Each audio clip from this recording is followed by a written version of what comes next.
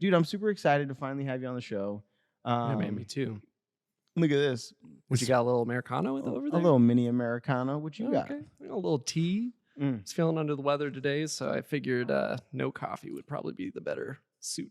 Yeah, what is it about that? So I for a little while thought I was the only one, but apparently this is a common thing. But when I'm sick, I don't want coffee at all. No, it smells weird to me. Like whenever I'm sick, dude. Ugh, I don't know why. it's like repulsive. Like I don't want that hot coffee. What do you mean? Like I had some coffee this morning before I came in. Yeah, and like usually it's something that I absolutely religiously will drink every single morning. Yeah, and this morning I was like, that was pretty terrible. Yeah. Like I'm not gonna drink that, and that's never happened. Well, that's saying a lot because we have some of the best coffee out. Yeah, we do. Honestly, it's so funny because we just stumbled upon some good coffee. It's so crazy because I literally had no idea what I was doing when I sort of formulated these roasts.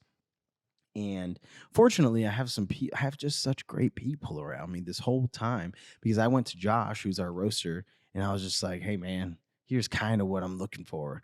And he came back with a million different things and we narrowed it down. And then I pretty much, because some people are like, oh, man, your coffee's so good. And I'm like, well, that's good. That just means I have good taste because literally the only thing that was the determining factor was like if I thought it tasted good. Like I swear to God, I was like, oh no. Like Josh brought me something else, and he was like, oh, this is like the best bean I got right now. It's a light roast, and I tasted it, and it was like a super fruity light roast. You know how these coffee connoisseurs third wave, third wave bull crap, yeah. So I tasted it. I'm like, I don't want that. I literally said to him, Josh, I want like a regular ass cup of coffee. Like I swear that's what I said. I was like, if somebody that hits the Starbucks drive-through every single day decides to give us a chance and they come in and they taste that third wave bull crap that you just gave me, they're gonna be like, oh, this is like, what is this? Because it's so different than what they're used to. Like I'm a very common sense person and it served me well, but that was like basically the approach.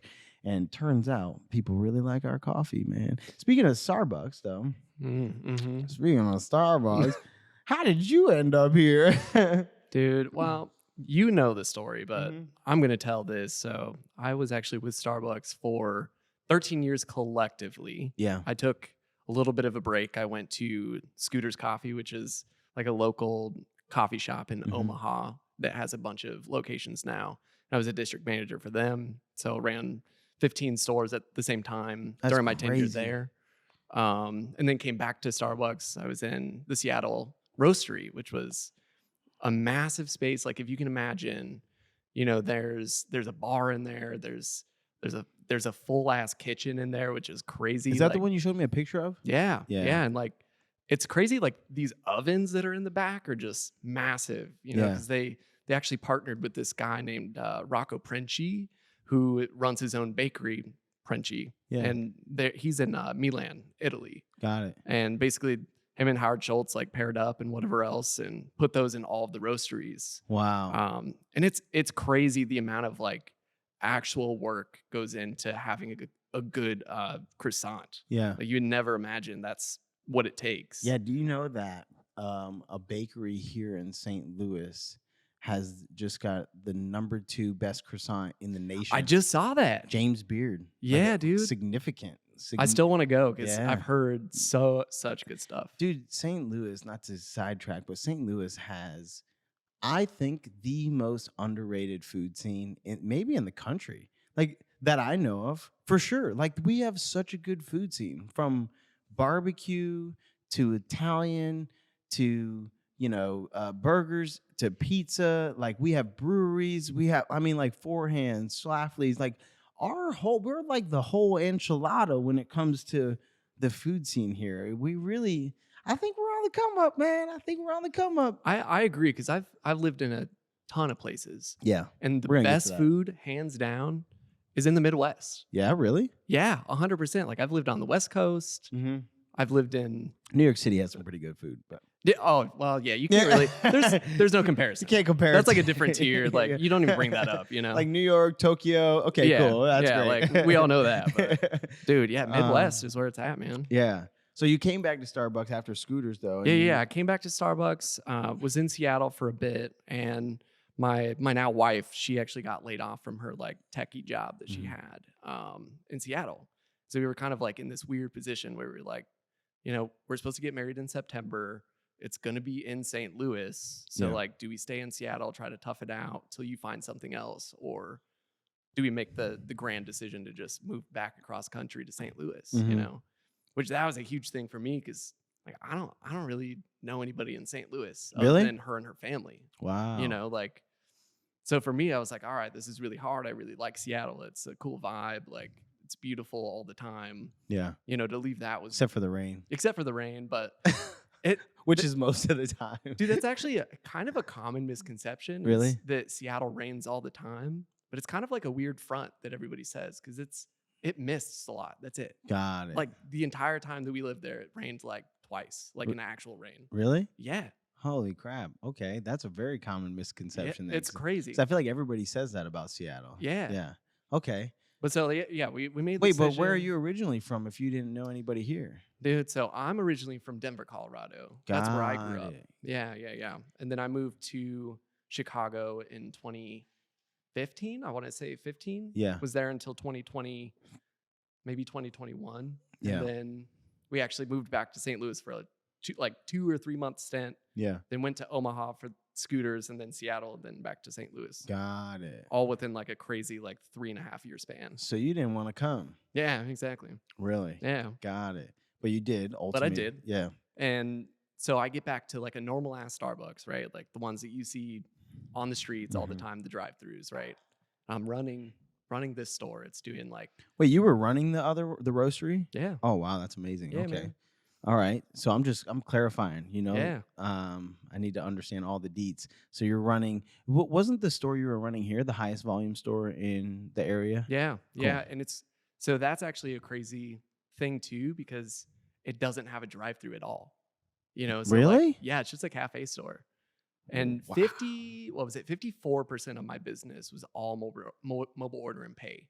So, Wow. like, just imagine that we were doing around 62 grand a week Wow. in sales, just off of fucking coffee and some sandwiches. Yeah, You know what I yeah. mean? Like, the one thing that I don't want to talk too much about Yeah. Starbucks, you know what I mean? Yeah. But like, one thing that they do really well is, you know, they can do a hell of a business with nothing. You know what I mean? With Yeah. just coffee and food. It's crazy. It's Yeah. crazy. It is crazy. I actually so one of the things that I admire the most about Starbucks is because I'm like a branding marketing guy. I don't know. I've not always been that way, but I'm becoming that way. And man, their brand, their product is not that great. If just my personal opinion, It's not. um, but their brand is so good. And Alex Hermosi has this thing: brand is everything. Brand is everything, and he learned that lesson the hard way. I am a student pupil sort of a guy who understood that thoroughly and who hammered it into me. And so I love hearing guys talk about it, especially guys like Hormozy. But Starbucks is a perfect example of brand is everything because their branding. I don't when I first got into coffee, it was like I was maybe 15, 16. Like I just got my license in New York. You get your driver's license at 15. Oh wow. So just got my driver's license and I'm like hit the drive through. I remember I'd be like, man, I'm gonna get canceled again. But I'd be like, I like my coffee like I like my women, extra light, extra sweet. Yeah. And I used to just get this, super sweet, like basically a little bit of coffee in my cream. But I remember at that time, I would go to Dunkin' Donuts. And the reason why I went to Dunkin' was because East Coaster, right? That makes well, sense. but also I'm a bit of like a rebel. Like anything that's cool, I don't want it. I don't know. I Yeah, was yeah. always that way. I'm still that way. Like if it's trendy, I don't want to do it anymore. Fucking Yeah. hipster. Yeah. And so that was one piece of it. But the other piece is that Dunkin', rather than Starbucks, puts simple in their drinks. Mhm. Dunkin' puts real sugar, granulated sugar. So you Oh, could, that's if true. you get an ice drink, you can suck it up in the bottom of the from the bottom of the cup through your straw. It's amazing. uh, so anyway, I would go, but when I would go, people would look at me like I was like drinking poor people coffee. Like Starbucks, their brand is so strong that it's almost like a status symbol to be drinking Starbucks. Like people will post about it like on their Instagram stories, like, oh, I got my stuff. Like, and it's like I feel like it has this like real housewives vibe. Like, oh, we drink Starbucks, and if you drink Dunkin', you're poor, you're a peasant. And they did that so effectively Dude, that yeah. that now it's like scooters, like when you name these other, like they're all They're just like irrelevant. They're trash. all irrelevant. Yeah. They're all trash compared to Starbucks, which is not actually true. Mm. It's just the branding that they did. It's so genius. Here's something crazy to think about too. Their logo is a siren, right? A lot of people think it's a mermaid, but it's actually a siren. What do sirens do? They lure you back in. You know what I'm saying? That's interesting. So like for me, I was like, oh, this is fucking culty. I got to get the fuck out of here. Really? You know? Yeah, dude. But you were there for 13 I know, years. I know. You were a part You of the know. cult. You were Yeah, in there, like, I was. Well, and I'll get a lot speaking of shit in for saying tongues and this, shit. but like I have mad respect for the previous CEO, Howard Schultz. Like savage. What he did to build that company Savage. is ridiculous. Yeah. Like he first left, right? And got called back because one of the CEOs was so bad at what they did. Yeah. Right. Like he had to come and save the company in 2008 because it was going under. Yeah. You know, they shut every single store down and were like, all right, let's just reinvent espresso basically and just focused on that. Yeah. And within, what was it, 3 or 4 years, they started making massive. They were one of the first companies to make $1 billion profit. Really? Yes. So they actually, fun fact, I believe Starbucks, I just recently saw this somewhere. They control about 80% of fast service coffee industry. Like if you're buying coffee, 80 out of 100, 8 out of every 10 people who buy coffee today bought it from Starbucks. It's crazy. That is insane. That is crazy. It's really cool. It's encouraging because that means they won't mind if I take a little bit. Yeah. No, we'll even the odds. We'll get like 50-50. So yeah, but you were saying, okay, you said that you could get a little pushback for saying this, but I don't think you said it. You said that you really liked Howard Schultz, but I really love Howard Schultz. I'm saying that I might get some pushback from this because the store that I just recently left in November, like. So they decided to be like a unionized store, right? And this is like a whole, oh my gosh, a whole ass tangent. I didn't tell you. What?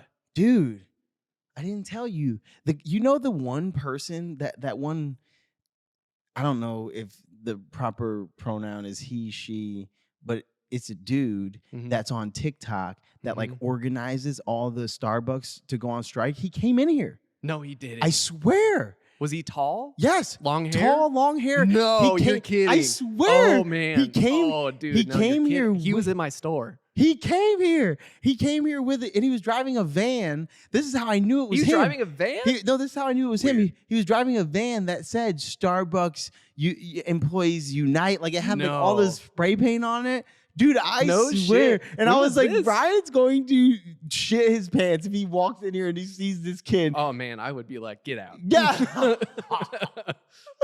Oh, so okay, you were saying they unionized at this. Yeah, so they unionized, which isn't a bad thing. I don't think that, like, the idea of unions in general, I don't disagree with. Yeah. However, in the coffee space and somewhere like Starbucks, that, dude, they have the best competitive pay. They have the best benefits in the entire industry, right? They really take care of their employees. They really do. You don't need a union. What the fuck are you complaining about? Yeah. You know what I mean? Like, all these kids are like, oh, I'm not making enough money, you know? And that's a slap in the face for somebody like me who had been with the company for 13 years. And I was like, you're not making enough money. You're making twice the amount of money that I was making when I was in your position. Yeah. I started as a barista at $8.22 an hour. Yeah. You know, and they're making like 19. No way. 100%. What? Yeah.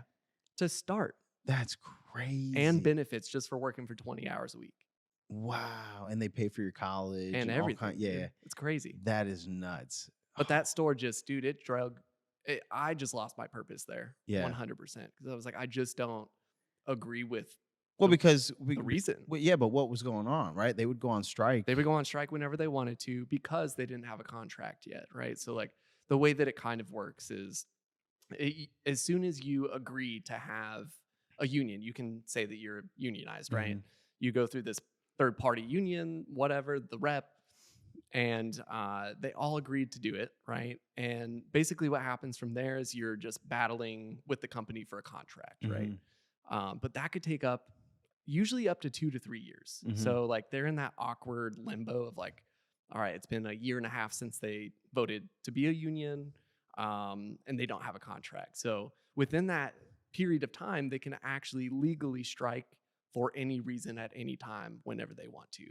Wow. Right. So somebody who's running that store, you know, if they go on strike and there's not a, you're the last one, there's nobody else to fucking, be there for the store except for you. Yeah, so So you you're would running a $68,000 store a week by yourself. yeah, You know what I mean? Like it's not possible. it's not It possible. just isn't, Yeah. That is insane. Dude, I would work 82-hour weeks and I was like, I'm soulless. You know Yeah. what I mean? Like there's no point to I'm this giving anymore. my entire soul to this. Yeah. Yeah. So how did you end up at an Omen? Yeah. So, okay. So, this is actually a cool story. So, my wife, Britt, she would go in to the coffee shop all the time, Yeah. and she kept bugging me about it. She'd be like, like, why don't you just go to Omen? Like, it's right there, like, because we live in the apartments that are just literally right down the street. Yeah. And I was like, I get free coffee at Starbucks. I'm at a coffee shop all day. Like, I don't need to go to another fucking coffee shop. You know Yeah. what I mean? So, eventually she finally like convinced me to do it one day. And I was like, all right, I'll go in on my day off or whatever. So Yeah. I go in, I come in, and, as soon as I come in, there's this guy, his name is Mark. And he's like, yo, dude, I really like your tattoos. And I was like, oh, thanks, man. That's really nice to say. Yeah. And I go up and I'm like, not really sure what to order or anything. Cause I'm like, I don't know. I'll just do some cold brew. You just drink black cold brew. All I did was drink black cold brew during the summertime. I still do that. Yeah. And you give me back this cold brew. I take one swig of it on my way out, and you're like, have a great day, dude. See you later. I was like, okay, yeah, you too. And in the back of my mind, I'm like, why does this taste so like crazy? I know you remember this. I definitely So- remember it. So I'm like sipping on this thing for the rest of the day because I'm like, and usually I drink my shit quick. Yeah. And it took me a while to get to Yeah. the bottom of that thing. I was up until like 2:30 a.m. that day. I was like, what is going on? I know. But I was like, I got to go back. Like maybe there's something weird with it. I don't know. Yeah. And I was like, I just want to see if he knows like that's that he's handing that out he's handing out straight weird cold brew. gasoline. Yeah, yo. dude. And so I came in Uh, and you were like, dude, I was so scared I was never going to see you again. Like I forgot to add the water to the cold brew. And I was like, oh, there it is. Okay. I gave Brian straight cold brew concentrate the first time he came, a full cup of it. And as soon as he walked out, I realized what I did. No, not as soon, like probably 10 minutes after, because you were already gone. I would have went out and caught you.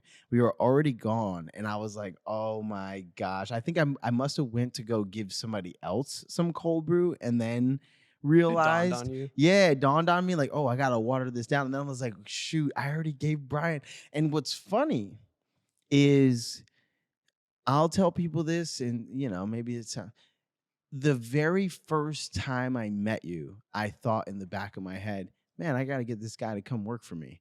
And then I didn't know I, that. oh yeah, very first time, dude. I swear, I like our heed the omens thing. That's kind of deep. Like I don't know. I think the universe or God or whatever people believe. It doesn't really matter to me what they call it, but I feel like if you I don't know, if you nurture that relationship, and you can really open up your mind or your heart or whatever, and listen. You can listen, and so there's always there's a million different thoughts that go through our head, but like one of the most powerful things that ever happened to me was I realized that our minds are very, very easily influenced and manipulated, like very easily, like, and not even sometimes intentionally. Like, for example, you eat a Dorito. What do you think? This is delicious. I want to keep eating I it. want to keep eating. I want another Dorito, right? So, like, it's a simple example, but perfect. Your brain, sort of it's so easy to manipulate. And so when I came to terms with that, and I've done like some deep diving into psychology, so I like actually understand the mechanisms now, but I'll spare everybody those explanations. But like when I came to terms with that, I realized that my whole life I had been this is why the company's called Omen Coffee. This is why there's Heed the Omens. Like I don't know if I've ever explained it like in this way, but I realized that my whole life I have kind of like, that analogy having like the devil on one shoulder and an angel on another, but not devil and angel, but I've just had two voices in my head. And one I think of as my brain, and the other one I think of as my heart.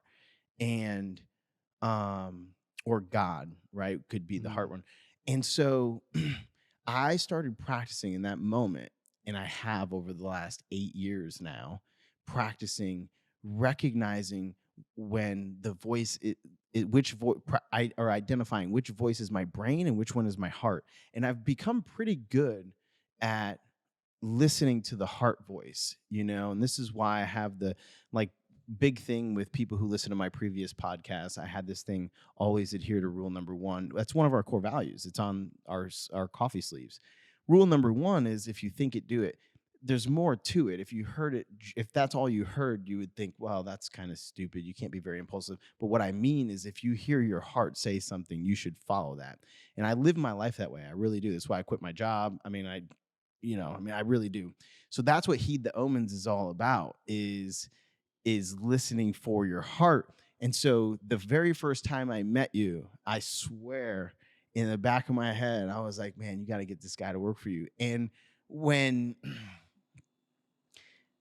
I'm religious, and so for me, the way I think about it is like, it's confirmation that it was my heart voice or my God voice, because it came to fruition. Like when God says something should be something, it's real. And if it's not real, then it doesn't come to fruition. And so it's really cool. Like I remember thinking that, and then I remember thinking it later, and I had this conversation with James, who Mhm. and James, it was a conversation where James was like toying with the idea of atheism, and Mhm. I used you as an example. I Really? was like, bro, you cannot tell me. Like, there's things that happen that are just like, sometimes I just know things, like, and I can't attribute it to anything else. Like, but anyway, yeah. So fun fact, I was really worried because in my head I had caught that, and I latched onto it, and I said, okay, this is might be something that I need to put some energy towards. And then I realized that I messed up, and I'm like, there's no way this guy's ever gonna want to come work for me. There's no way. I can't even get the cold brew right. No, it's weird that you say that because on the opposite end of the spectrum, like Mm-hmm. I'm not religious at Mm-hmm. all, right?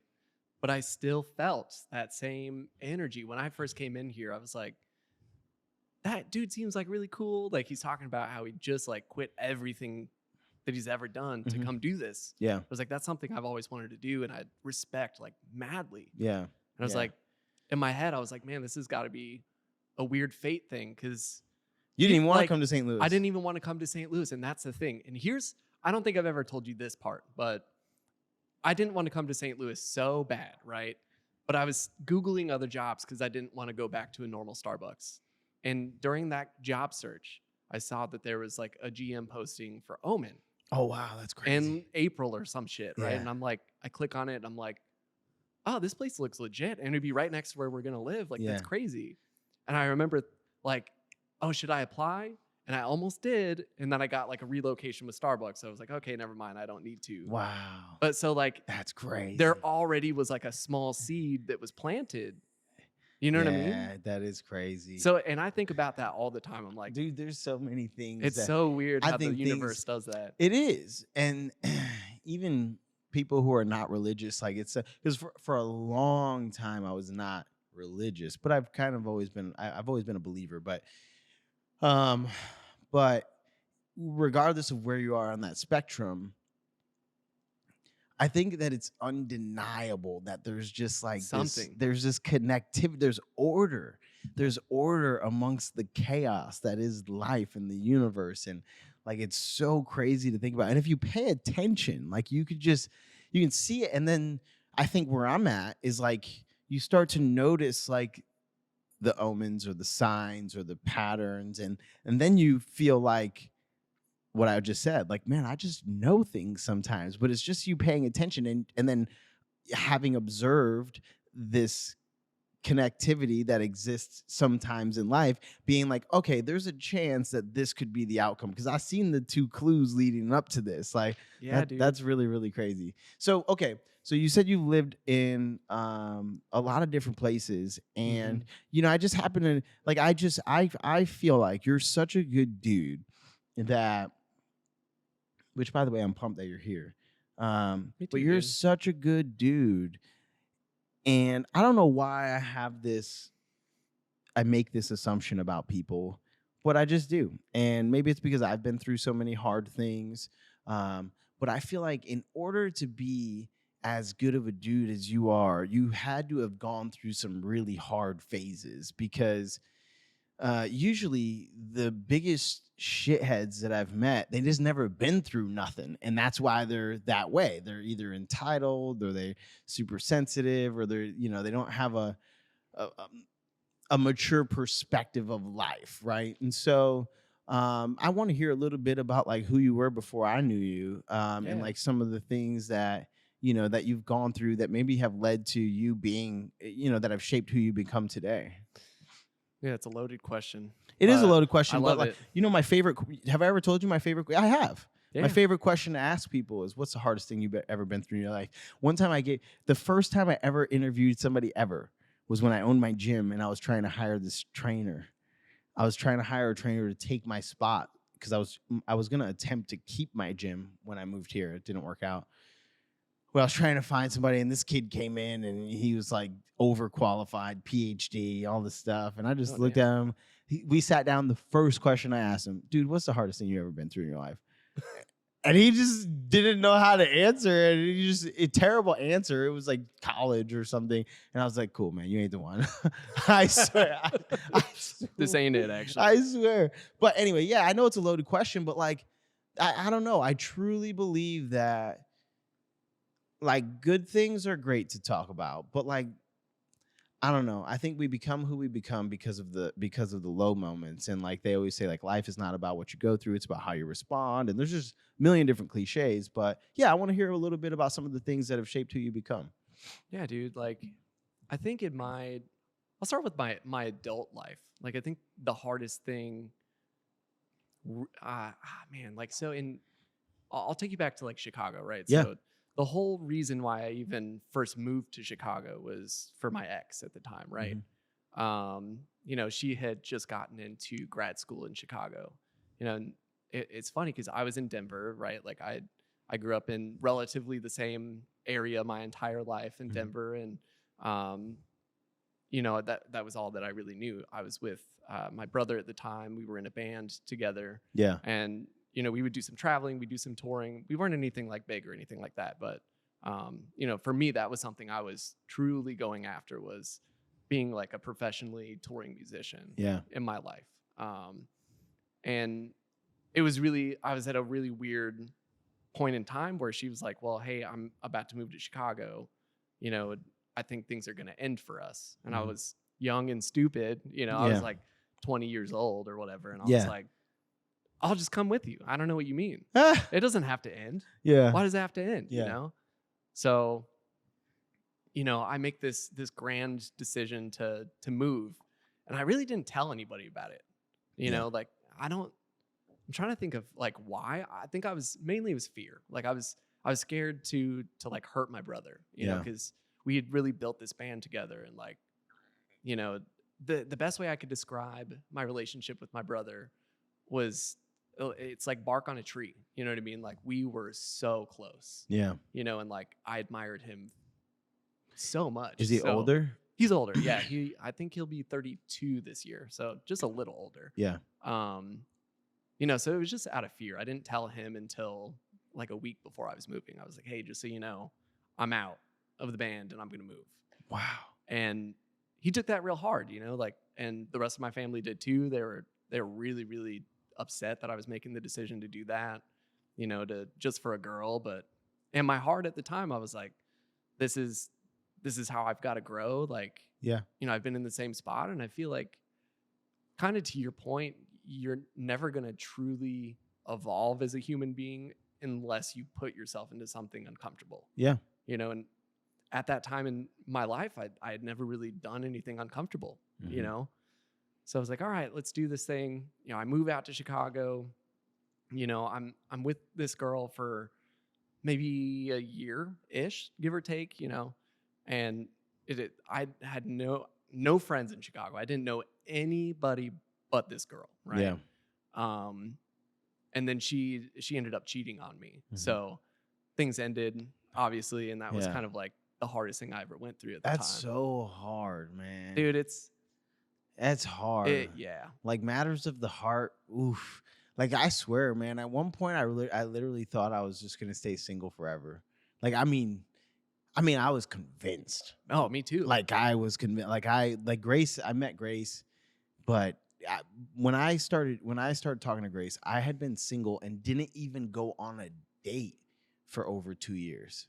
Like not like no, I didn't talk to any girls. I didn't hook up. I didn't nothing. I was just content. Like I'm just gonna be a what do they call them? A eunuch? Yeah. No, but I swear, man, because I just and it's crazy because my relationship that I got out of at that time, it was my decision. Like I'm the one that called it off, but it broke my heart. Yeah. It broke my heart to have to tell somebody I was with for 6.5 years. Like I just don't see us being together forever. So I don't want to go any further. So Yeah. why do it? Yeah. Broke my heart. And I was like, you know what? This ain't worth it. This ain't but I can't imagine, dude, being betrayed like that, especially after It was crazy. You moved your whole life out there. Well, like I reflect years later. Like I still think about it every once in a while. Where I'm like, dude, I contributed so much to the reason why she would have wanted to leave. You know what I mean? Yeah. And like, I absolutely forgive her because, you know, like people are people. Well, you were Humans are gonna 20. be human. Yeah. You know what I mean? Like shit happens. But for me, that actually was the biggest transformation I ever had as a human being was like, okay, betrayal is real. Yeah. You know, and like I learned so much from that. And I'll never forget, like, I had some amazing friends that I built while I was there already that I didn't know very well yet, but they still took me in, you know, as one of their own. They were like, yeah, like you could stay with me for however long you need.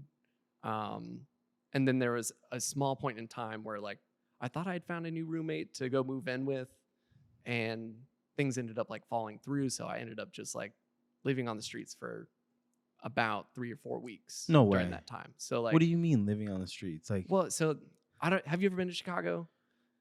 Once, but I didn't like walk around. I didn't see the city. I went to a music festival there, so I like went straight to the stadium, stayed at the stadium for 3 days, and then went right back. You know, so I'd never seen Chicago. This is like, I don't tell a lot of people this, but like, there's this area in Chicago called Lower Wacker Drive, and it's basically like 6 or 7 stories worth of just literal underground like passageways for traveling, right? And so I would just go down there for almost a month and I would just sleep. Really? Yeah, dude. Wow. And like for me, I just didn't want to bother. Like I'd already slept in 2 different people's houses at that time and like had used their resources and used their food and like, you know, didn't pay for any of it because I was fucking broke, you know, because I was 20 years old and like making no money. Yeah. And so for me, just once again, it was more of like a fear thing. Like, all right, I'm not going to reach out to my mom. I'm not going to reach out to my family, because I don't really want to leave Chicago. Yeah. You know, at the time they were all in Denver. So I was like, well, you know, this job is the only thing I really have at this point. Yeah. You know, so I just hunkered down and was like, you know what, fuck it. Like, this is what I got to do until I figure it out. I Man. found some dude on Craigslist named Ben, and he kind of helped pull me out of that entire situation. Really? Yeah, he took me in, and dude, we became really, really close. Really? Yeah. So what was it like? He was renting out a room or something like that? Yeah. Yeah. And I guess he was kind of desperate to find somebody. Yeah. And I like showed up or whatever, and we just instantly clicked. You know, Yeah. like at the time he was like 31 or something like that, and I was a kid. You Yeah. know, but it just worked for whatever reason. Yeah. And I lived with him for the remainder of the time before I had found Britt. Man, that is so.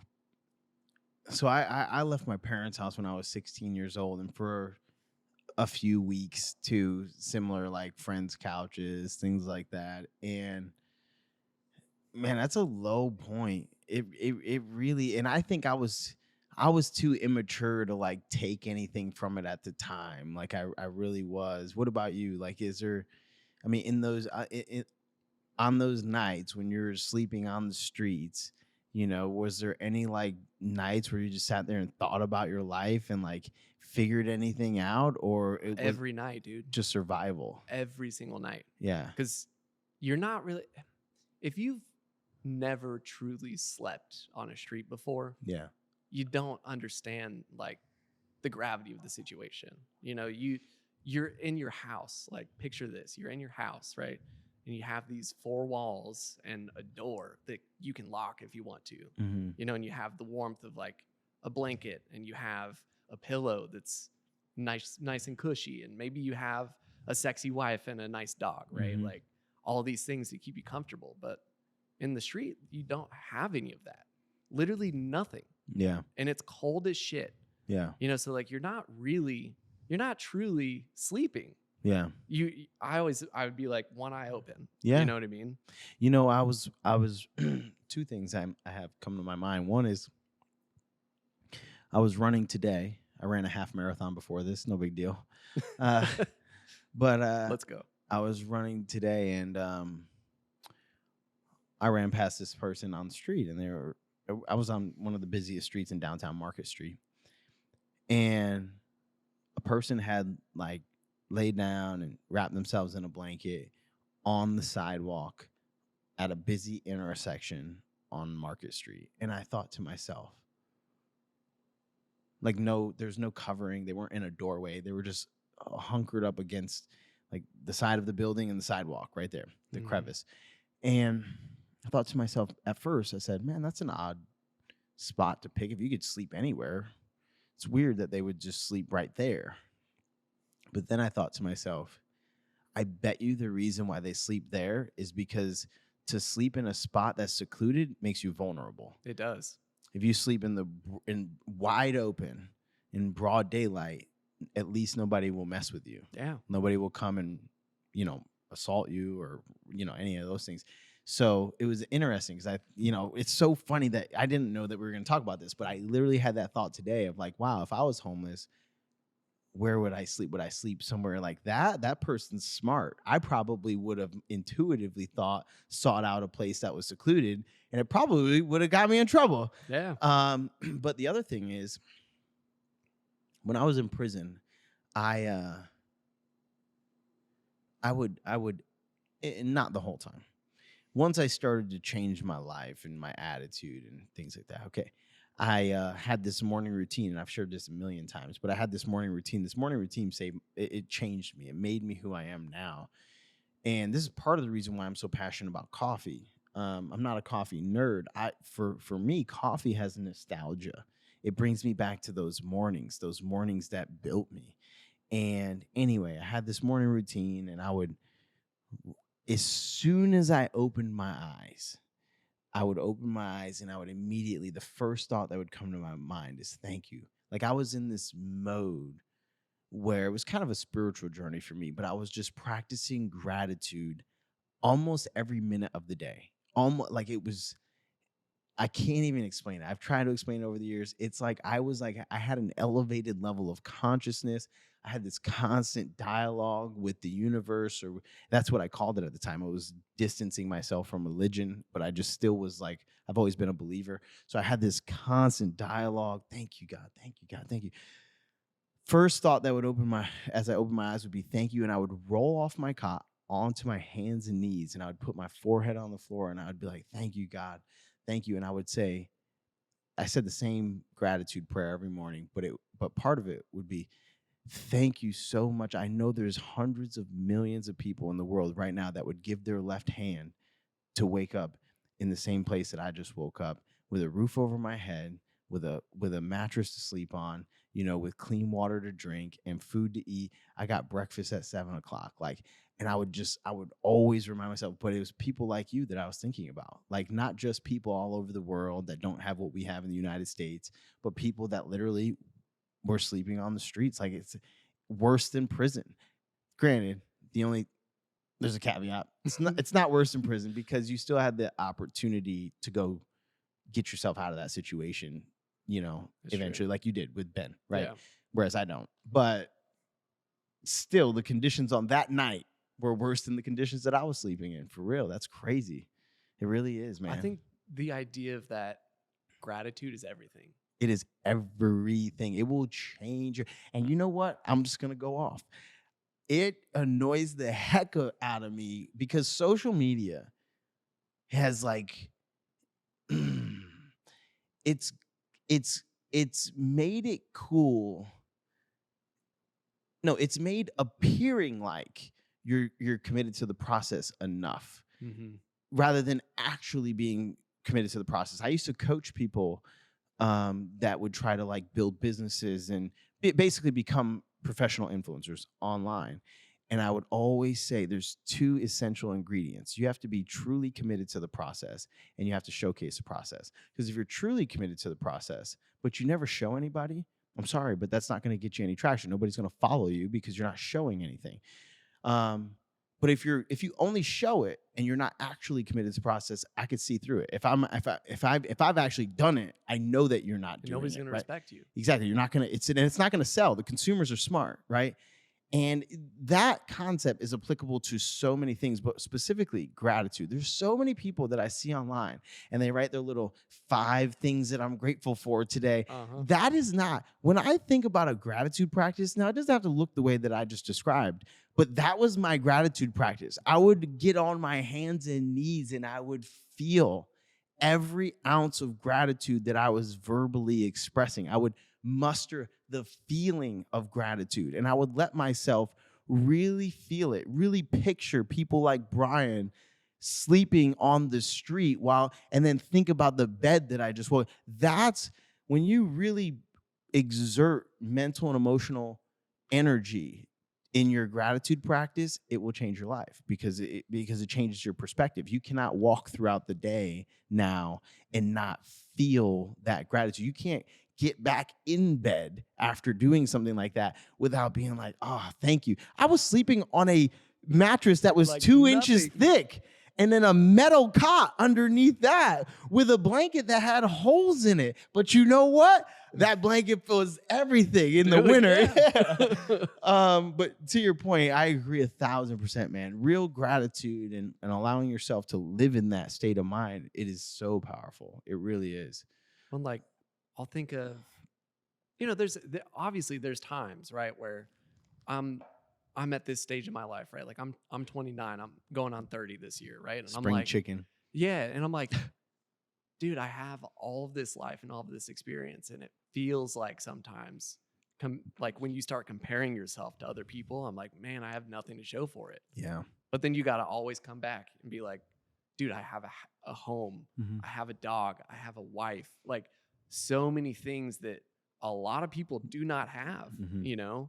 I have a job. Like, that's crazy to think that that is something you can be grateful for in this economy, but like, Dude, it's so true. I feel the same way. I'm like, man, I'm 31 years old and I got nothing to show for. I think about the fact that I was in prison from 19 to 25, and I'm like, where would I be if I didn't waste 6 years? Like I get so down on myself.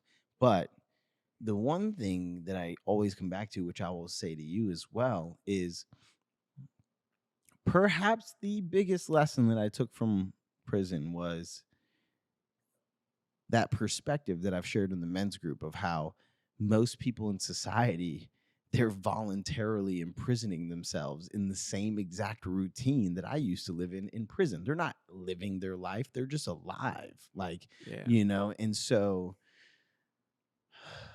there's a couple things that I think mark a life that's being pursued, right? And one of them, though, and maybe the most significant factor, is finding a job or a career or a profession that you actually look forward to doing, because you spend more time in your life working than you do anything else. Anything. You spend more time working than you do with your spouse. You spend more time working. The only other thing that you do more than work is sleep. Yeah. And that's, debatable. It depends on who you are, right? But you're going to spend more time working in your life than you do anything else. And so I think that is an indispensable piece of the puzzle to living a happy and fulfilled life, is having a job that you look forward to going to every day. And now you have that, which is really cool. I feel super pumped about that. Dude, I used to literally, a couple months before I took this job, Mhm. would wake up in the morning and be like, is it even worth it?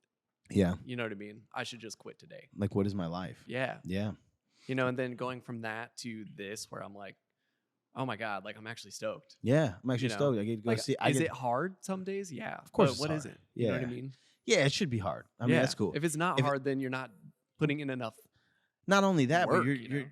we there's this, this chicken or the egg kind of thing that we do about hardness, where if it's hard, we complain about it being hard, but if it's not hard, we get bored. Right. It needs to be, there's a It certain has level, to be hard. there's a certain level of hardness that we require in order for it to be fulfilling. Like, so, but I will say, dude, not only do you have a house, not only do you have, stuff to eat, and you have this amazing wife, but you also have a job that you look forward to going to every day, which is like, I think that's a big piece of the puzzle. So yes, gratitude is a huge thing. When did you discover that? In that time? Yeah. Yeah. Really? I mean, because it's crazy. It's like you have everything to nothing. You know what I mean? You literally start at square zero, Dude. right? Like all of my shit was still at my ex's like apartment, right? Yeah. Because as soon as all that ended, I was like, I'm not staying. Like I'm out. Yeah. Like I'm never going back. Yeah. And it was me and my backpack. And it's like going from literally just the most basic necessity, right? Like to nothing is insane. It just is. Yeah. I think that what's really incredible about this is, most people, when you say nothing, most people are not even able, like anybody listening right now probably, is not even able to wrap their minds around the kind of nothing that you mean. Because even when you're born, you have something. Your parents had clothes and diapers and baby formula and all this stuff waiting for you. You're born. The hospital. In this scenario, you had a literal nothing, which is really inspiring, man. It's really cool. And maybe that's it had to have contributed a lot to who you are now, because I know that coming home from prison with absolutely nothing, it's given me this fearlessness. Like now I know that like I could lose everything. Yeah. And I will be fine. I could rebuild something in a year. And the thing that I really took away from just all of that is like, I just really, at the end of the day, and I know this is going to sound like I'm an ass, but like, I just don't give a shit what people think of me. I just don't care. Dude. It's so liberating. Like and like when I see other people talking to me about like, man, I don't know, like what this person's going to think, and I'm like, why do you give a shit? Like, Yeah. They're not living your life. Yeah. You're the only one who's going to be living your own life. Yeah. That's amazing. It's like, I just don't care. Like, I just don't, Man, sometimes I wish we could give people our lessons, you know? Like Yeah. I could just wish I could just give it to you. I'm sure you feel the same way when Yeah, you hear man. somebody saying, "Oh, but what is my boss gonna think?" or "What is my who Like, cares?" who gives a shit? Yeah, yeah. All right, so that was Chicago, and you're 20 years old. Mhm. All right, So, keep like, I'm because living now my you're life. 29, Yeah, right? And now I'm we 29. gotta Yeah, there's bridge a some lot years. lot to Yeah, cover, I guess, yeah, And, like, so, yeah, like, I move in with my roommate, Ben, yeah, and, yeah, I mean, that was, like, just an interesting time in general where I was just rebuilding from there, like, moved into an apartment. It was awesome, like, with a cool dude, with a cool roommate for the first time in my entire life. Like, I never went to college. So, yeah, like, for me, I've never had that sort of, like, experience of, like, oh, I'm gonna, like, room and board with a yeah. bro. With You know somebody, what I yeah, mean? yeah, And, like, he taught me a lot of life lessons. And really, he was the one person that inspired me to be, like, obsessed around business. yeah, Because dude, that guy, when I think of a savage, the first savage that I've ever truly met, yeah. he's a fucking savage, dude. Really? Like, he would wake up at, I shit you not, at like 5 a.m. after bartending until like 2 a.m. Yeah, just to go and work, like, on his he's like a how do you say it? A personal coach? like a Like, personal trainer. no, like a life coach. Oh, okay, got it. Like, he'd go Yeah, and work on that business part of it yeah. until 9 a.m. 9 a.m. he'd go to his 9 to 5 that was like hospital admin, Yeah. and then get off and then Take a nap, go take a nap bartend. and then go bartend. Like, That's it was insane. Yeah. And for me, I was like 20, 22, something like that, Yeah. and I was just like, the fuck is this guy doing? Like, does he have a life? Yeah. Because you're like young, you're stupid, you don't really know, like, That is the life. that is the life, Yeah, yeah. And I'm like, damn, if I would have, like, figured that out sooner Mm-hmm. than now, Mm-hmm. man, I would have been miles ahead, Mm-hmm. But I took so much from that because I'm like, this is the first time in my adult life, probably since maybe 2019, that I haven't had a second job Yeah. because of him. Got it. Who's always showed me, like, hey, if you want to be successful, like, you have to grind. Yeah, you gotta grind. You have to grind. Yeah, I'm there's two camps there, but I'm in the camp of like you gotta I like to put all my eggs in one basket. No doubt about it. Just because we have a finite amount of energy and it's hard to give. Like I always think to myself, if I split my energy 50-50, there's somebody out there that's trying to do the same thing I'm doing, but they're giving it 100%, and they're gonna beat me. So, all right. So you hang with Ben, and then when did you meet your wife? Yeah, so that was like after maybe it had been like a year and a half, because it takes a little time where Yeah. you're like, I don't even trust anybody. Oh, I don't trust anybody. 100%. Like, never gonna yeah. be with a girl again. Yeah. That type of mentality. Yeah. And I just started going on like random dates with a bunch of random girls, like Yeah. all on dating apps, and that's how I met Britt. No way. Yeah, it was a dating app. Man, that's amazing. That's kind Yeah. of encouraging. Yeah. Because I have this really bad stigma in my head about dating apps. I do too. No, I do 100%. No. I can't stand it that Yeah. that's the way that we met. Yeah. I hate telling the story because of that. That's hilarious. I'm like, dude, it's just not cool. Yeah, it's not. I'm like, I'd so much rather be like, oh yeah, I met her at a park. or like, Yeah. I went to go and bend over to find a penny, and she did too at the same moment. Like, and then we bumped heads. and it's like, it was not a cool meet. It was. Unfortunately, I swiped right. I swiped right. Yeah. 100%. That's And hilarious. it was a cool dating app though. It was like this one.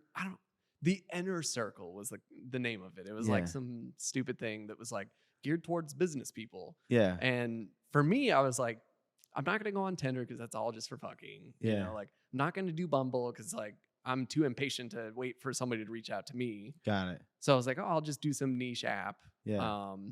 And it was funny because it was like a bunch of dudes like in their 50s and 60s, and I'm like, I'm 22, like.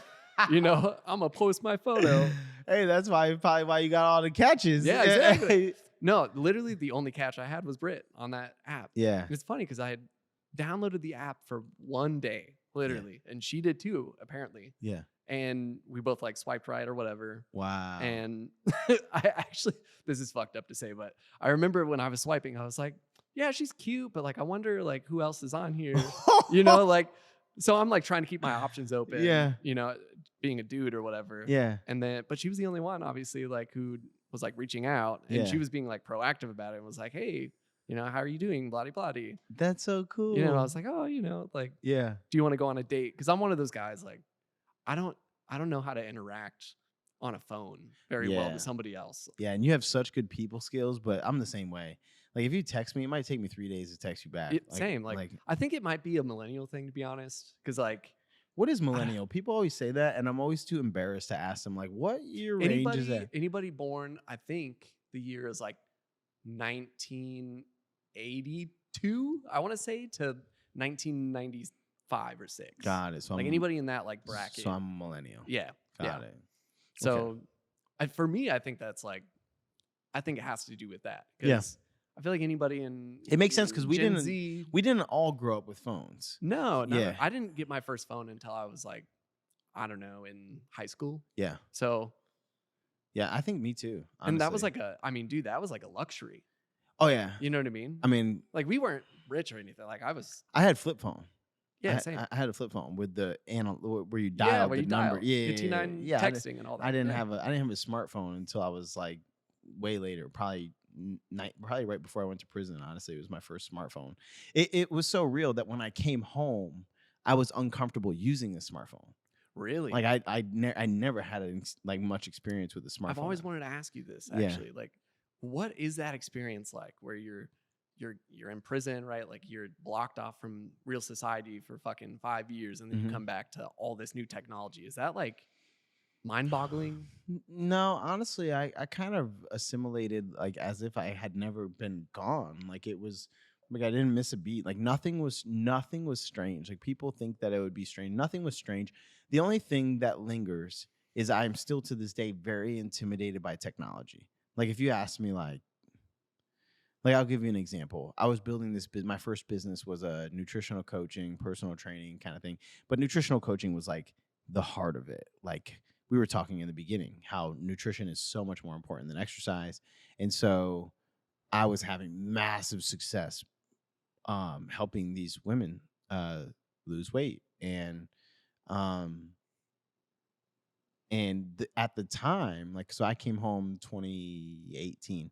This is like MyFitnessPal has been a thing. Like at the time, every profession really had embraced technology. I was still coaching people the old-fashioned way. I would write out their diet. I would write out, like, I'd be like, okay, here's a list of the proteins that you can eat, and here's a list of the carbs that I would use, and here's a list, and here's what I want you to, and I'm writing it out, the grocery list, like everything on paper. And then I remember I connected, this is how I ended up in St. Louis, but I connected with a company, a St. Louis-based company, First Form, and they are in the business of like basically coaching coaches, and they wanted me to coach the way that they coached all the coaches, which is the most efficient way to coach, which is using MyFitnessPal, having people track their food. That way you have a digital diary of what they've eaten, and you can just easily look over it. And I was doing everything the hard way, the old-fashioned way. And when she found that out, the woman that I was working with at the time, she's like, "Are you kidding me?" Like she was mind blown that I was able to have as much success as I had, and that I had as many clients as I had, and I was doing this all with no. And she's like, "Mark, why won't you just use the app? Like your life will be so much easier." And I had to admit to her, dude, technology, learning a new app is so intimidating to me. I would rather write every diet out. I would rather, and I'm still to this day, I'm like that. Crazy. I lean on like Grace and you and Lau, and like if there's anything, you'll notice this. Like when the printer came, what did I do? Oh yeah, you're like, here, Brian, you want to figure that out? Here, Brian, hook the printer up. I will not do it. I will literally not do it. I did not put that together. I will manually punch people out at the register before I'll hook up a POS system. I will. I swear, I will not do it. And it's just because I'm so intimidated by it. Well, that's the only thing that lingers. But even then, it's not like it was weird for me. I just preferred not to use it. I would just do it the old-fashioned way. And then the other thing, the only thing that was weird was my dog. When I left, my dog was like my dog. And when I came home, she was all gray. And it broke my heart. It's so sad. It broke my heart. It made me cry. Yeah, I swear. Can dogs not visit in prison? No.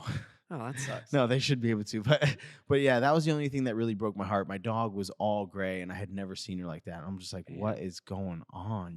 So anyway, yeah, answer to your question. that's But what were we talking about before that? Oh, Britt. You met oh yeah, Britt, met Britt. dating app. Okay, keep going. So on this dating app, I take her out on this first date because I'm just one of those people that's like, I don't know, like I just don't spend a lot of time with Mhm. texting. That's where we let yeah, Mhm. okay. And I take her out to this like random dive bar in Chicago called first what is it, Full Moon Tavern, something like that. Yeah. And it's like a hole in the wall space. It might not even be there anymore. I don't know, but I used to go there all the time for their sloppy joes. They had such good sloppy joes and beer. And it like, You're a anyways, savage. yeah. So I Yeah. was like, oh, I'll just go here because I really like it, and Yeah. like she could come to me, type Yeah. deal.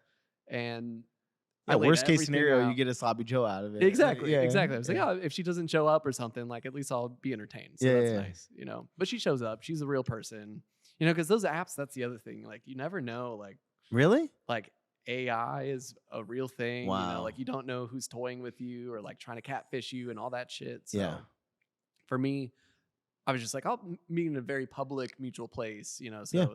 I feel comfortable so that she feels comfortable, all of that thing. And like we just had one of the most raw conversations together on this first date, Really? and it was crazy because I had planned out in my head to be gone for like maybe an hour and a half with her.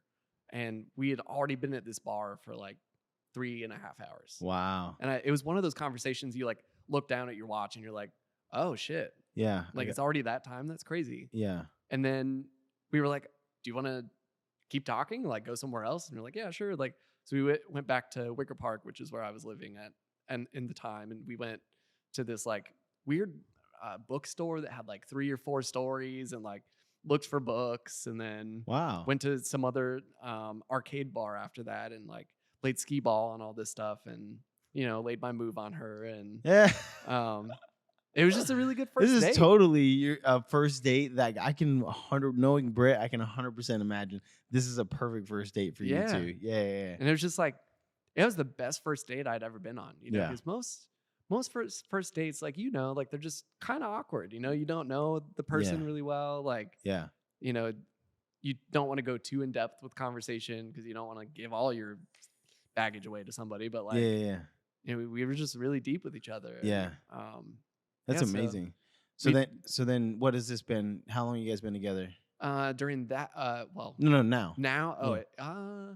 6 years. Wow. So 6 Yeah, years 6 later, years you in guys March. you just got married. Yeah, just That's last September in 2023. So that's freaking amazing. yeah, So how long did you guys stay in Chicago and then where'd you go next? so we were in Chicago till 2020, 2021. I don't Yeah. remember exactly which year that Yeah. was. Yeah. But then we went to St. Louis because I took that job for Yeah. Scooter's Coffee. And I was like, well, I'll be traveling a lot because they wanted me to go from like basically all right. So the position was actually a new market manager is what they named it, where Yeah. basically what would happen is I would be in control of like 8 to 10 corporate locations, and then they'd sell them to franchisees, and I'd train all of them and then move on to the next city. Yeah. So that was like the plan, right? So I take this job, and all I was doing was like going back and forth from Omaha to St. Louis because that's where they were located at. Yeah. And I wasn't really like being utilized for what I was hired for. They were like, oh, like go help this store out, go do this, go do that. And I was like, okay, cool. Yeah. Like just waiting for the real work to happen. Like I'm a very patient person. That's fine, whatever. And it was kind of awkward for a while because like that part of the job never really came to fruition. They were Mhm. like, well, it's not really being built out as quickly as we want, but we have a district manager that's leaving. Would you be interested in taking over her position because she's going out? She went to go have a kid. I think that's what Mhm. happened. And I was like, yeah, sure. Like I've always wanted to be a DM, so like, yeah, that sounds great. Yeah. So, but we had to migrate from St. Louis, and we just moved there. Like, Oh, to Omaha. yeah, like 3 months prior or whatever. So it was a very short stint in St. Louis. Dude, where did you? Well, never mind. I don't want to ask you that question because we'll get sidetracked. I heard from. I don't know who I heard this from, but I heard that you were in the movie theater when there was like a mass shooting that happened. Is this true? Yeah. No way. Yeah. When was this? Before or after you met Britt? Early? Way before. Oh, really? Yeah, this is like 2012. No way. Yeah, dude. I literally didn't believe it. I'm like, I think Grace told me, and I don't know who told her, but tell me about that. I have to hear this story. I have to. So, Like in the theater or in the building? Like, in the building. got it. Yeah, so we're like, all right, so I was playing with our band, right? Yeah. And my brother is a huge, huge Batman fan. Yeah. Like, massive. I think The Dark Knight is the greatest movie ever made. It is, hands down. No, it is. Let's go. The best movie ever made. I don't care. I don't care what anybody says. I don't care what anybody says. It's the best movie. And Heath Ledger's the greatest acting role ever. I think he's the greatest acting role ever done because he died. He gave his life for that role. Oh, really quick side tangent. Yeah. Dude, Heath Ledger, the like his acting skill is just insane. He literally was the Joker. Yeah. You know, he was doing that, and he was also being what's the famous singer Bob Dylan? He was filming that movie. Oh, really? At the same time? And at the same time. So he was like trying to be like, and Bob Dylan, if you know anything about Bob Dylan, like his life was fucking insane. Like, I so didn't he's know playing he two was filming psychotic that at the characters same time. At the same Because time. I heard that he was one of those, I forget what they call it, but when the actor's just in the role all the time. Yeah. Like I heard like even off camera, he was the Joker. Yeah. Which is crazy. He was taking all these like crazy sleeping pills and stuff and forcing himself to stay awake. Yeah. Which would make him crazy. Oh, yeah. dude. That greatest movie of all time. Okay. So anyway, sorry. So we all get done at this like the show, and we were like, wow, shit, are we gonna like make it to this like movie showing, you know? And this movie theater is in Aurora, right? And it's like one of our favorite movie theaters. We always would go because it's really fucking cheap, you know, like, and it's right by the Aurora Mall in Denver. So we're like, yeah, let's all go, like, but we're really, really hungry, so let's go get some Taco Bell first. So of course we had to go get some Taco Bell. That is disgusting. And then we're like, oh man, I still get down with Taco Bell. I don't care what anybody says. Yeah. Anyways, so we're like on our way to the movie theater, right? And it was kind of crazy because like we see all of these cops just like shooting down the street. And we're like, oh, that's crazy. Like, wonder what's going on. You know, so we all get there, you know, we get inside, and all you hear is like gunshots. No way. Yeah, dude. And we're like, what the fuck is going on? Inside the theater? Yeah, dude. So you're like, and at first I thought it was just like part of the movie or something like that. Yeah. You know? But it was real gunshots, you know, and like you didn't realize it until you saw people running out of the theater. So you're like, never mind, let's dip. We're out. What? Yeah. What? And remind me what happened that day? Because I'm sure I saw the news. The dude's name was James Holmes. Yeah. That was the serial killer. And basically, I guess kind of what happened is he basically dressed up as the Joker, went into the movie theater with like ballistic armor and a bunch of like machine guns and AR-15s and shit, and was just shooting it up. Wow. Yeah. He ended up killing, I think, like 12 or 13 people in the movie theater. That is insane. Yeah. That is. And they later like they found him and, you know, arrested him obviously, but like went back to his house and it was all planned out, like in writing, everything that he was like trying to do. The crazy thing. What was 2012 when was that The Dark Knight or Batman Begins? No, actually that was the Dark Knight Rises. Oh. So it was right after. So Dark Knight was 2008. Yeah, got it. But yeah, this was 2012. And that's crazy. Yeah, dude. Here's the crazy thing about James Holmes, because like I just in my head, like I've always been obsessed with it. Yeah. Because after you go through something like that, you're just like kind of obsessive. The crazy thing for me is that you were there. Like, that's yeah. But go ahead. So like I've always been obsessed with the idea of like, so he was a therapist. That's what he did for his life, you know, like for his job. Mm-hmm.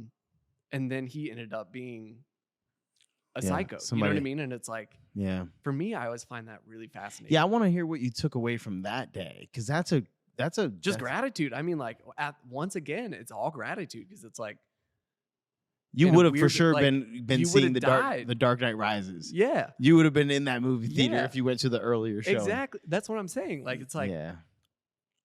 you just, I don't know, man. It's just so many weird instances Yeah. that your life will like put you in Yeah. that just makes you grateful that some shit didn't actually happen. You know, and it's like it's those moments for me, right? Like I'm not religious at all. I am very agnostic. I think there's something out there. Yeah. I'm not sure what it is. I haven't really found it yet. I'm searching, you Yeah. know, I'm not sure. But it's in those instances where you're like, there's something that saved me.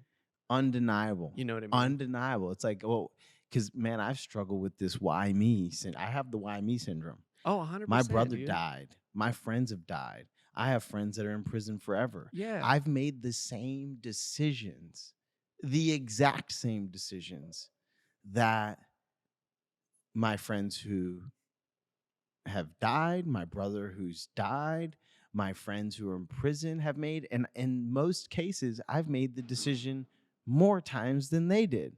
Yeah. But I'm here. And not only am I here, like not that's the that I would struggle with that part if that was just it. But I actually struggle where it gets really difficult for me is not only am I here, but I have this amazing life. And I have all these amazing people in my life, and I feel like I don't deserve it. Like I struggle with that so much. No, And dude, you deserve it. well, faith helps a little bit, right? It just it helps. I was thinking about this today because yeah, this could get deep, but one part of Christianity is like, as long as you accept Jesus as your savior, like you're good. And so like there's no meritocracy in it. You know, that's basically part of it. And even though I know that, it doesn't. I live my life as if there is meritocracy in it, as if I have to earn it, because I just feel like I don't. You know, I feel like I owe. But it does help because then you say because it almost gives your life. It almost motivates you to be like, well, am I here for a reason then? Do I have something to do? You know, like, because I wasn't in the theater and I could have easily been in the theater, or I didn't die and I could have easily died, or I didn't end up in prison forever. So, yeah, that is a really interesting thing to think about, especially when you're an agnostic too. Like, man, It's like, what's going on? it could have been me. Yeah. All No, right, and it's hang like on, I let me do actually knew a friend that was in there, you know, that no way. his leg got caught. No. Yeah, dude. And it's like he definitely had that. Like he took that away of like, why wasn't I one of the ones that died? And it was just my leg. Mm-hmm. You know, so yeah, it's that situation alone has made me it made me terrified for like being around guns for a very long time. Really? And movie theaters. Mm. Like I would not step foot in a movie theater for probably 6 years after that. I ain't gonna lie, Ronnie's here, one of the best theaters I ever been to.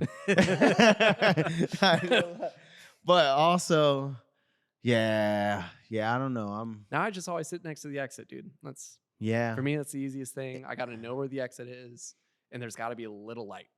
For me, like that's it can't be pitch black. Yeah, like you always got to have a plan. Like, and it's sad to say that in like days like today, but it's like you always got to have a plan of escape. Mm-hmm. You know what I mean? Because I'm not somebody who carries a gun. I'm very open to it now. Mm-hmm. You know, it's taken me a long time to get there, but like I got to have some sort of backup plan if there's going to be somebody who comes in and shoots up a place. You know what I mean? Yeah, unfortunately, see, I've never in my life, I've never really been the type of person to use a gun. But I've seen like real evil. Like I'm not, you have too, clearly. And so I'm not oblivious to, like, I'm just not naive enough to think that it could never happen to me. Like I could never find myself in a situation where somebody is threatening my life for no apparent reason, right? Because it happens. It's not often, and the chances are very slim. But I would just I'm pro gun, and I actually would encourage everybody who can legally do it to own a gun and know how to use it, because the other thing that my life experience has taught me is that you can outlaw guns, but the only thing that that's going to do is prevent people who abide by the law from having a gun, Yeah, exactly. because criminals are always going to be criminals. Like they're always going to be criminals. And so I know criminals, and those people will have guns, and nice people like you will not. And so like when you realize that, and you just like, I know it for a fact. Like I used to buy stuff off this black market website called the Silk Road, and it's no longer a thing, but you could buy anything. I'm talking about anything. You could buy RPGs, grenades. You could buy What? people on it. No, I swear to God, it's really, That's fucking crazy. it's messed up. The guy that invented it, he got like double life. Like basically they ended his life. But Is it just like a normal ass website? it's a black market website. You need like a hacker or somebody that can get you on there. And then they only exchange in Bitcoin. Bitcoin was like relatively new at the time. Back then it was $40 a coin. Think about that. Right now I think it's over like $40,000 a coin. But yeah, so back then anyway, but that's what I know about criminals is you can say, hey, this is illegal, but they're going to get it. And so all the nice people are actually going to be the ones that get the short end of the stick. So I'm very, very pro 2A now, even though I don't carry a gun. I'm not even legally allowed to be around guns. And it's crazy because you had that experience, and it's cool that you've come full circle, but even leaving that and being like, oh, I'm against guns. Like for me, that's counterintuitive. Like I wish somebody else in that theater had a gun, and would have saved 13 people of the 14 people's lives. Exactly. Well, it's like I come back to the idea now, later in life, where I'm like, really this could go down a deep, dark rabbit hole, but like, really it's the government. You know what I mean? Like, what do you mean? In a weird way, I feel like it's the government that's saying like, oh, like let's just plot, and say this side you're not going to like guns, this side you are going to like guns, but like really it's distracting from the real issue. The real issue isn't the guns. The issue is like we're in a capitalistic country. Yeah. And that gives people anxiety and like all these crazy depression and mental health issues to want to go shoot up a place. You know what I mean? I've never understood that argument of it being capitalism. I actually think that capitalism, when it's implemented the way that it's supposed to be implemented, it's the greatest system in the world. I think there's free market competition, which is healthy for everybody involved. It's healthy for the consumer. It's healthy for the businesses. Like we have anti-monopoly laws, right? So I don't buy into that. I don't buy into that capitalism drives people to the brink, because if you look, the only other options you have is socialism and communism, and neither of those have ever worked in the history of Earth ever. And not only that, but capitalism is the closest thing that resembles nature, right? In the sense that it's meritocratic. You eat what you kill. You have an opportunity. Everybody can do it. You have an opportunity, especially when you have these parameters, right? That capitalists need to operate within, like the anti-monopoly laws, right? Like they're antitrust laws. There's definitely situations in which people can become too powerful. Like I would argue Amazon right now is too powerful, or Elon Musk, he's not. He's just a savage. But yeah, he is savage. But well, because he's smart, because he's in spaces that nobody else is in. Yeah. Like that's why he's such a dog. So I don't think that it really applies to him. But Amazon, for example, the bigger Amazon gets, the harder it is for a small business to compete. That to me is where capital. Them and like Walmart. That's where capitalism parameters should come in and hedge that, But anyway, I don't buy into it that it's capitalism. I actually think that we have a mental health epidemic in our country, and I think that at the root of it is a couple things. One of it is a big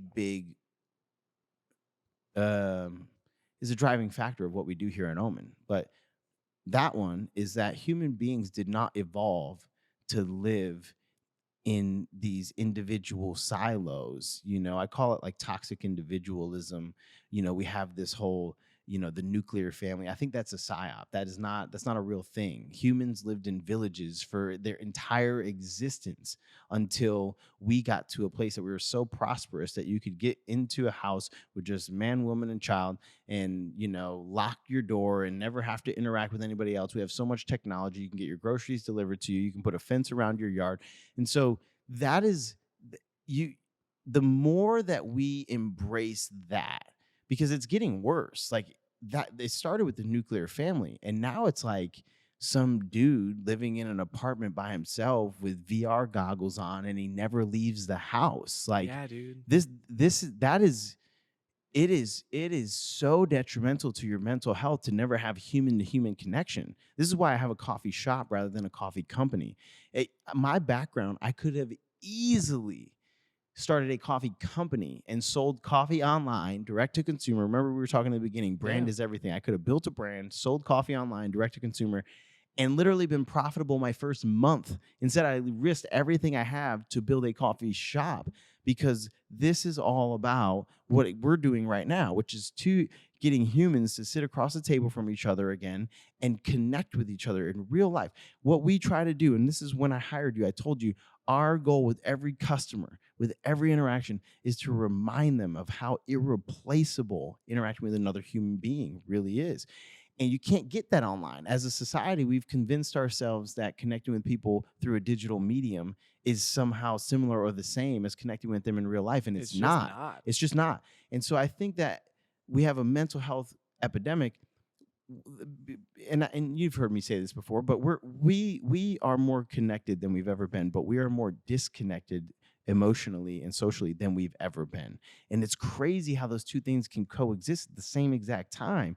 And I think that that's one of the things that's at the root of it. And then I also think that we live in an age where there is so much information available. And I don't want to be dramatic and call it propaganda, but the reality is these algorithmic machines like Google and Instagram and Facebook and on TikTok and all these, they know one thing about us, which is that we are addicted to sensationalized things, like so sex, violence, all these things. And as much as watching the Brady Bunch might be healthier for us, it doesn't feed that like dopamine Yeah. craving that we want, and so we are constantly living in this state of comparison, this state of we're inducing anxiety when we scroll on TikTok. Have you ever been I call it being in like me and Grace will be like, they say doom scroll, or stuck in the matrix is what I call it. But like I'll like be scrolling for a little while. I don't know if you've ever experienced this, and then I'll like look up, and like when I look up, like it's palpable. Like it's like I feel like I just pulled my head from Yes. underwater. Like that's how it's noticeable. And I'm like, and I noticed that's what happens. And some people live like that. Like every spare moment of their time when they're not working, or they have to be engaged with something, is spent like that.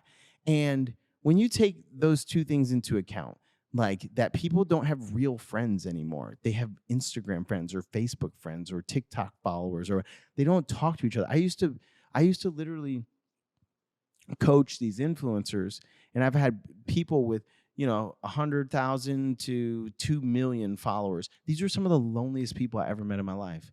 They would talk to me constantly all day, and I was supposed to be a professional coach to them, and they're just talking to me. And I knew at one point, they don't have anybody else to talk to. These That's so followers crazy. are not real people. They're just words on a screen to them. They've lost sight of the fact that they're real human beings on the other side.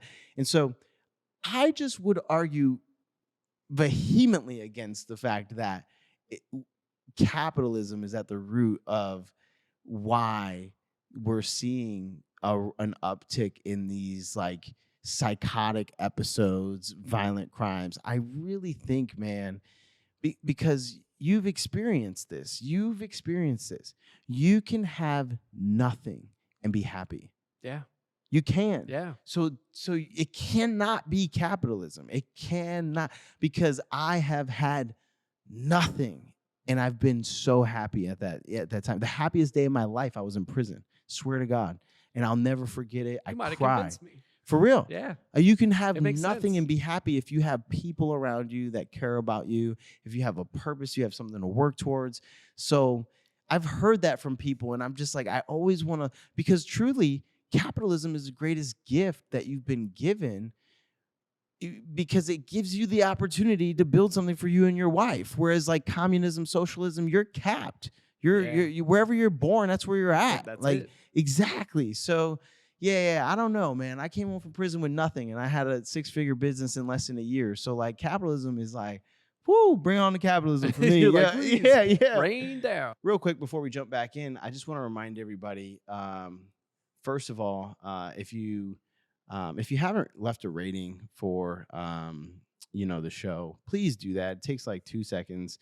I know that this conversation has been just as valuable, if not even more valuable than the others. So I know you're enjoying it. I know you got a lot of value out of it so far. Do us a favor, take a second, rate the show, share the show if you enjoyed it. That helps us a lot. We don't really, pump the show. Because I'm somewhat controversial on the internet. My traction gets throttled all the time. So anyway, yeah, the best way for the show to grow is for you guys to share it, and we care a lot about what we're doing here, and we think that a lot of people would like to hear the show. So that, and then last but not least, really the whole premise of the show. Is if you're a first time listener, this is important. What we're doing here at Omen Coffee Co. is it's just more than immediately would meet the eye, right? We're a coffee shop here in St. Louis, but we've really been building this amazing community. Like, I mean, it's crazy. Like, if you ever came here, if you're from St. Louis, stop in. If you're not from St. Louis and you ever come to St. Louis, you got to stop in. But it's immediately when you walk in, you will notice, there's a palpable energy in the air. And it's because of the people who make up our community. And it's because of the intent with which we open our doors every single day. But we're really on this mission, like we mentioned earlier in the show, to just remind people of how irreplaceable, that human to human connection is. And not only that, but we're really trying to get the people here in our city to re-embrace this concept of, it takes a village. It takes a village, not just to raise a child, but everybody needs a village. And, and we've got a men's group that meets here every other Wednesday night. We've got a women's group that meets here every other Thursday night. We got a run group that meets on Saturday mornings. We've got free weekly group workouts that are open only to our community at one of the nicest fitness studios in all of St. Louis. We throw these amazing ragers, like parties that we call Omen socials, where like literally just our customers, like a bunch of strangers, come together at a party that we host, and it's a coffee shop, and they come and they party together and they get to know each other. It's like we are trying to build like a community the way that they used to be, right? Where you knew people's first names, you knew what they did for work, where you saw kids, down the street and you said, oh yeah, those are the Johnson's kids or whatever. That old fashioned kind of community had such charm. And you know what? Like, another thing that's important is, like, back then, people could agree to disagree. Like, Brian is agnostic and I'm religious. Or, when you walk into our shop, it's the most amazing thing ever. There's so much social tension. Well, at least the social media and mainstream media would have you believe that there is so much social tension in our society right now. But when you walk into our shop at any point, there's black people in here, there's white people in here, there's gay people in here, there's straight people in here, there's people who voted for Joe Biden, there's people who voted for Donald Trump, there's all these different kinds of people from all different races, ethnicities, backgrounds, cultures, belief systems. And you know what? When they're in here, they don't give a shit about any of that. They like each other because it's hard to hate up close. And so all of this it encompasses sort of what we're doing here. And people have fully embraced the concept. But as I opened up the coffee shop, one of my favorite parts so far has just been meeting all these amazing people, all the people that come to our shop and they support us every day. And I would go home every day and I would talk to Grace about like, man, do you know that this guy did this? Or do you know that, man, this girl, she works over here, and it's, tell her these stories. And I said, man, I want to share these stories with the world. Better yet, I want to share the spotlight that I've created for myself over the past several years.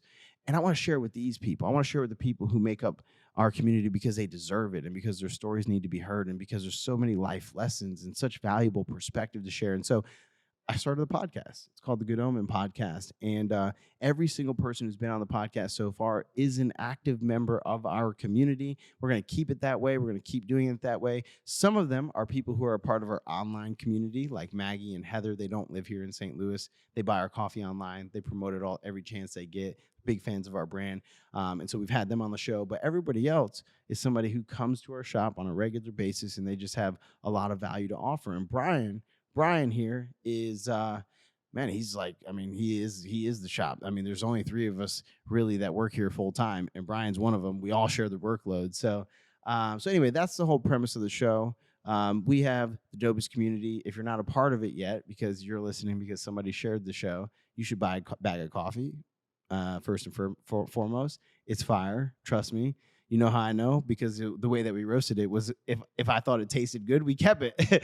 But anyway, alchemy. Yeah. So I just want to get through that. Every episode, I do try to remind people, because I just get so caught up in the episode itself and the conversation that I forget that I'm supposed to ask for you guys to rate the show. I'm supposed to ask for you guys to share the show, and I'm supposed to tell any first timers how the show came about. So there we go. But dude, okay. So I think we've covered a lot of value. Honestly, I love it, man. You tackled the question, and man, you hit me with some stuff I didn't know about you.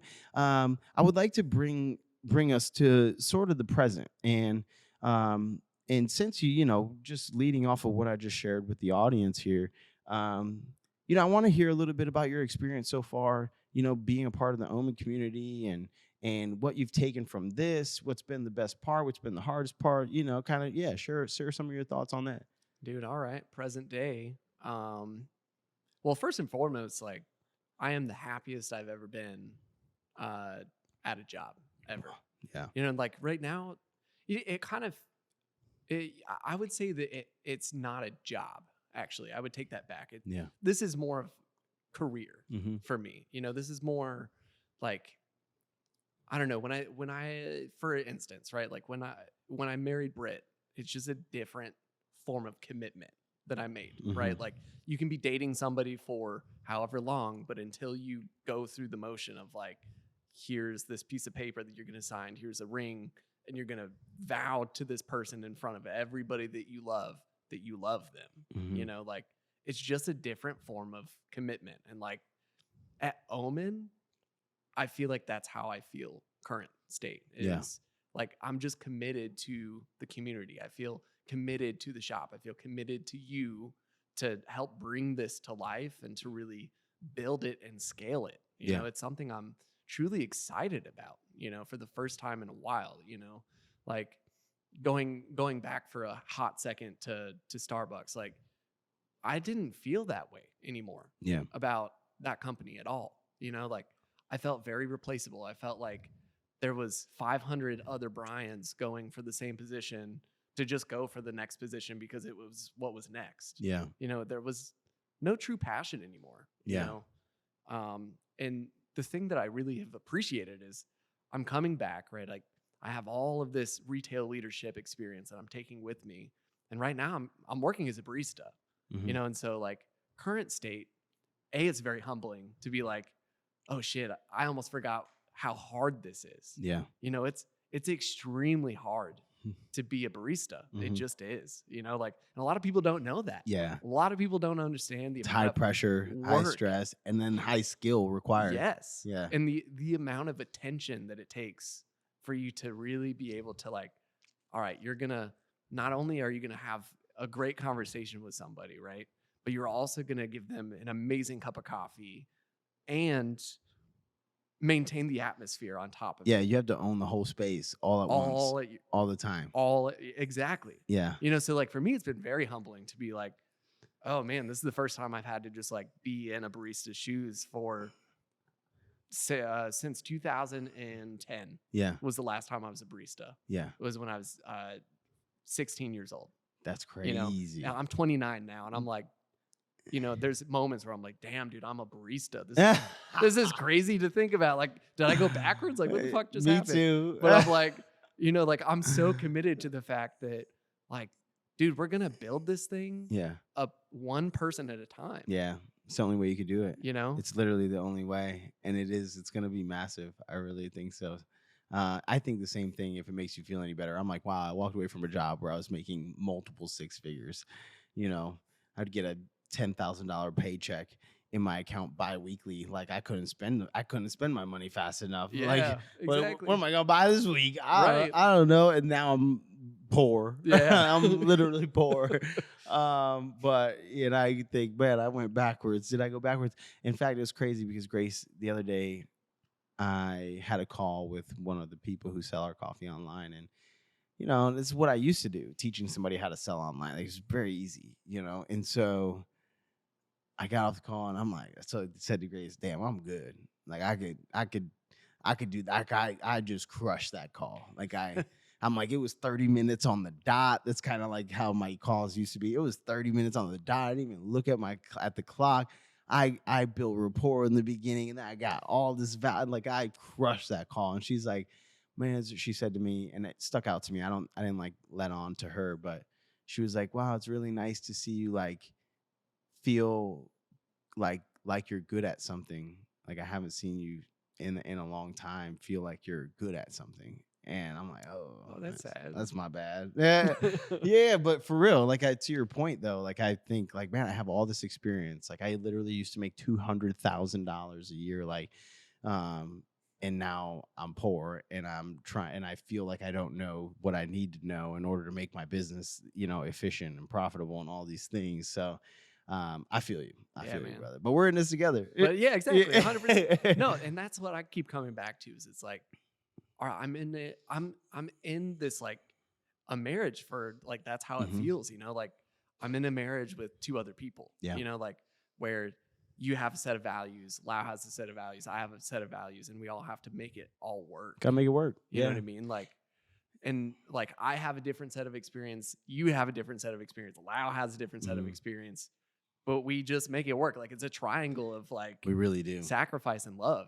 It really is. You got to read the book that I told you to read. Amazing. But anyway, in there, he talks a little bit about like the difference between like, what does he say? Corporate smart and restaurant smart. So like, there's people who are like just super passion driven people that have like you go, like a lot of times these people have some of the most exceptional hospitality experiences in the world because they're very passion driven, and they go the extra mile, and they're detail oriented, and they have this vision, and they just got to bring the vision to life. And the problem is those people usually have these one-off experiences. So let's say if it's a restaurant, they have one restaurant that is amazing. It's one of the best restaurants in the world. But then on the other side, he had this mentor who he started Shake Shack. So Shake Shack obviously is a franchise chain. So there's thousands of them, right? And he's like a restaurant smart person very rarely is able to create a Shake Shack because that's not replicable. Like, there's no systems, and then corporate smart, they're not able to replicate the experience that you could do over here, but they're a machine, And anyway, when I first met you, I had already read that part of the book, and I was like, wow, this would be great because I'm this guy and Bryan's that guy. Yeah. Yep. And so in the book, that's what he talks about. It's the only way that it ever works is if somebody either gets educated from both industries, or if you have, two people who are, that have basically equal say in a company that can bring those two different perspectives together. And then you usually, you play tug of war, and sometimes you win, sometimes the other person wins. But so who's your favorite customer so far? Oh man, that's hard. All of them? I don't know. Yeah. I don't know if I can put anybody on a platter like that, dude. Like, yeah. I honestly, like, there are a few people that will come in and I'm like, man, I just feel happier now. Yeah. You know what I mean? Like one of them is named T, right? Like Tiara. Oh, she's a G. You know, like she comes in and she'll sit at the bar and like you know what's crazy? Like her and I don't really talk all that much. Yeah. But the conversation that we have is just like, I don't know, she's just so nice. I know, she's nice. You know what I mean? And it brightens my day every time. She really is. Every single day. Yeah. You know? Kelsey too. Kelsey was Kelsey's cool. Kelsey was one of my early favorites because she's just so nice all the time. Yeah. Same. And Nina, dude, don't get me started. Nina, like at first, when I first met Nina, I was very intimidated by Nina. Really? Yeah, because I was like, oh man, like she wants her coffee the way that she wants the way it. it's made. You know what I mean? And I was like, oh, but actually I come from somewhere where I know exactly how to do that. Yeah, like, I know how to make it to your tea, like, and make it perfect. But dude, she's such a sweetheart. Like, and she warms my heart. You know, one thing I have two more questions. One is, was there anything specific that I said, because you left a position where you're making really more than double what you're making now, to come and work for Omen. And so that's obviously a big deal. Like, I don't know if I've talked about it on this podcast, but like I've been in a similar situation. Actually, it's so funny because all the leadership here, me, you, and Lau, all have done that before. But you left a job where you're making double what you make now to come in and basically go back to square one again. So was there any part of that process? Because I know there's people that are listening that are like, you know, they hate their job. Mm-hmm. They want to do something else, but they logic themselves out of it. Oh, but I got benefits, or I've got this, or I've got that. So one, are you happy you made the decision? And then two, was there anything like that I said through the process that was like, you know what? Yeah, I'm going to go for it. Or like, what, where was the thought process? Oh man. So I struggled with it, to be honest with you, Mm-hmm. cause like when you're with a company for that long, Mm-hmm. You're like, all right, I know I'm going to get taken care of, even though like, I'm one of those people that I live my life in seasons, right? Like, and that's just what I believe. Like, I was going through a season that was really hard at Starbucks, and I was like, I will come out the end of that. Yeah. Like eventually it'll be a better season, you know? But I'd been in such a dark fucking season for so long at this point. I was like, am I? Like, I just started double guessing it. I have this amazing coffee shop right next to where I live, and there's a dude that just seems like he's got vision. Yeah. And it's, I don't know. Like the thing that was going through my mind is, right? Like I just got married, we're thinking about kids eventually. And it's like, is money and benefits on my mind? Absolutely. Yeah. Like for me, that was the number one thing that was tugging me away from making this decision. Was like, happiness is important, right? But is it?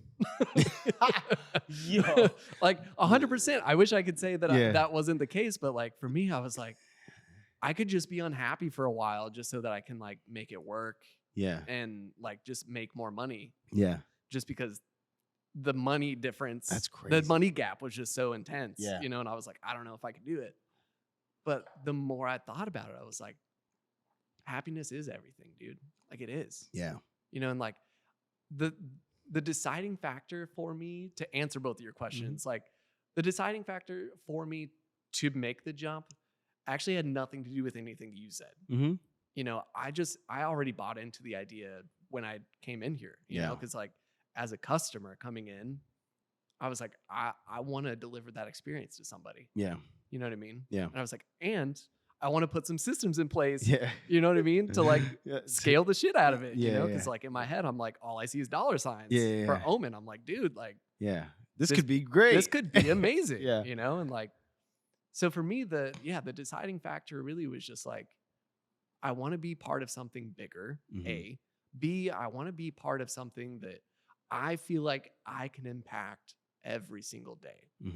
And at Omen, I really feel that way. I really feel like I'm impacting the community. And, eventually I feel like I'll be able to impact the business every single day, Yeah. So yeah, that was like the deciding Just factor, want to be dude. important again. Yeah, like, because it's just hard. Like when you're in the corporate lingo, dude, like it's very easy to coast. Yeah. You know what I mean? Like you can coast at a job for a really long time and just be okay with it. Yeah. You know, but like for me, no, I've never started a business, you know, but I'm very entrepreneurial at heart. Like Yeah. I want to be part of something You wanna- that's huge. You want to build. I Yeah. want to build. I think people love the building process. Like it's addicting. You cannot not love it, but it's very hard. We've talked about this. I don't think I'm not in the camp. Like, man, it's like a popular thing right now that everybody wants to be an entrepreneur and you can just build your own business and work for yourself. And listen, I'm gonna tell you right now, man, this shit is hard. What was it? You brought something up that I said and I didn't realize I said it, but it was like something about like Grace and I hadn't. What did I in the men's group. I think it was in the men's group. I pat myself on the back, kind of let everybody know, man, listen, man.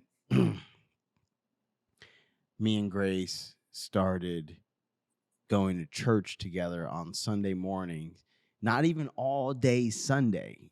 I've started to give Grace Sunday, the first half of Sunday until noon or 1 o'clock on Sunday mornings, from wake up to 1 o'clock. That's Grace's time.